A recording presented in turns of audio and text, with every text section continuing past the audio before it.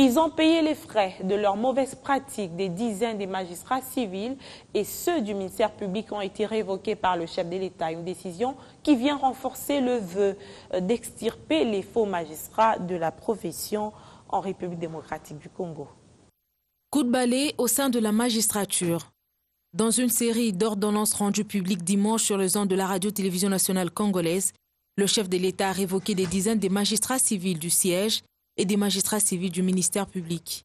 Une décision prise après des enquêtes de la commission spéciale du Conseil supérieur de la magistrature, chargée de la vérification des dossiers administratifs et du contrôle physique des magistrats. Les premières enquêtes avaient fait état de 200 magistrats faussaires et fictifs.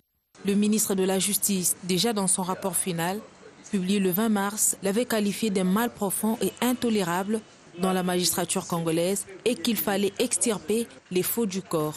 La commission a pu établir qu'il y a beaucoup d'individus qui sont entrés ou qui sont dans le corps de la magistrature qui ne devraient pas y être.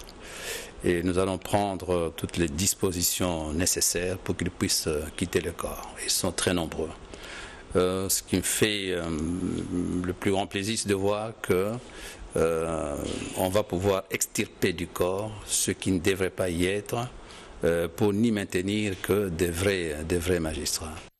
Parmi ces magistrats figurent les faussaires, ceux recrutés en dépassement de l'âge requis, mais aussi des déserteurs qui sont toujours payés par les trésors publics.